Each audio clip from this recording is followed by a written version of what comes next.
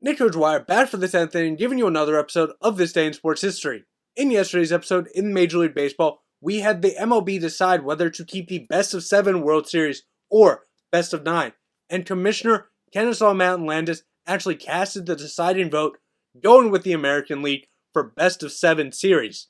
Now, we don't have anything quite like that today, but we have some basketball to talk about, we have a Ballon d'Or to get into, and we have some more MLB to talk about. So if y'all enjoy this video, leave a like on it. If you're new to the channel, hit that subscribe button. Let's get to it. This Day in Sports History.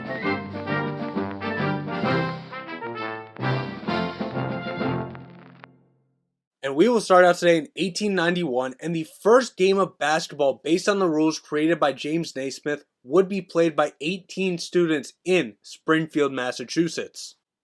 Moved to 1937 now in the NHL, and Chicago Blackhawks left winger Paul Thompson would become the first player in NHL history to score a goal against his own brother.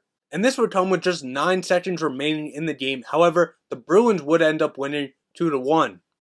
Over to the NFL in 1941, at the NFL Championship, the Chicago Bears would defeat the New York Giants 37-9, becoming the first team in the NFL Championship era 1933 on to win consecutive titles, and this would be their 5th overall title. Moved to 1944 in Major League Baseball, and the National League would vote on their most valuable player, and Marty Marion of the Cardinals would tally one more vote than Bill Nicholson at 190 votes to win the MVP. And Marion would become the 3rd different Cardinals player in 3 years to win the MVP award. Back to the NFL now in 1969, and Vince Lombardi, coaching for the Redskins at the time, would coach his final football game in a 20-10 loss to the Dallas Cowboys. Moved back to the NHL in 1972, and Boston Bruins Bobby Orr would get his 541st point, record for defenseman at the time, after he would get an assist in an 8-1 rout of the Detroit Red Wings. 3 years later in 1975 at the Davis Cup, Bjorn Borg would defeat Jan Kodis 6-4, 6-2, 6-2 to give Sweden a 3-1 lead in the Davis Cup. They would end up winning 3-2. This would be their first of 7 Davis Cup titles.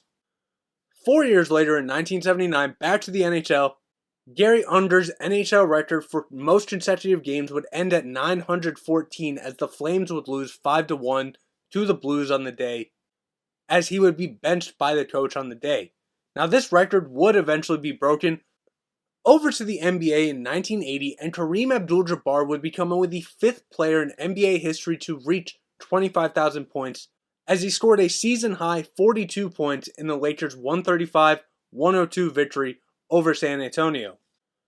From the NBA, we go to college basketball in 1981, and Cincinnati would defeat Bradley in an NCAA record 7 overtimes, 75-73.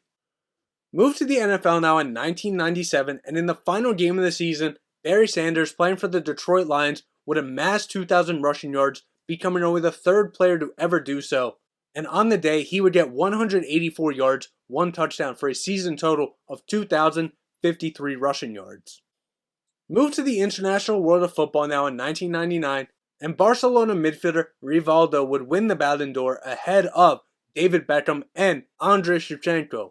Back to the NBA in 2001, after a 16-point game in a 194 victory over New Jersey, Pacers' Reggie Miller would improve his scoring total to 21,801 points, passing Larry Bird, moving into 19th place in all-time on the NBA scoring list.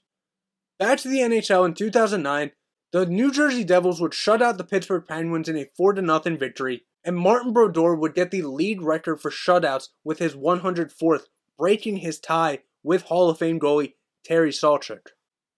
Moved back to Major League Baseball in 2015, and the Seattle Mariners would hire Amanda Hopkins to be an area scout covering the southwestern United States, and she would become the first full-time female scout since the 1950s. And we will end today's video out in 2018 in tennis, and Australia would announce a 10-point tiebreak to be implemented in the Australian Open when deciding set reaches, and this would take the place of a 2-game advantage final sets. So that's what happened on this day in sports history. If I left anything out, I do apologize, but I'll see everybody tomorrow for Nick Dwyer and the 10th inning.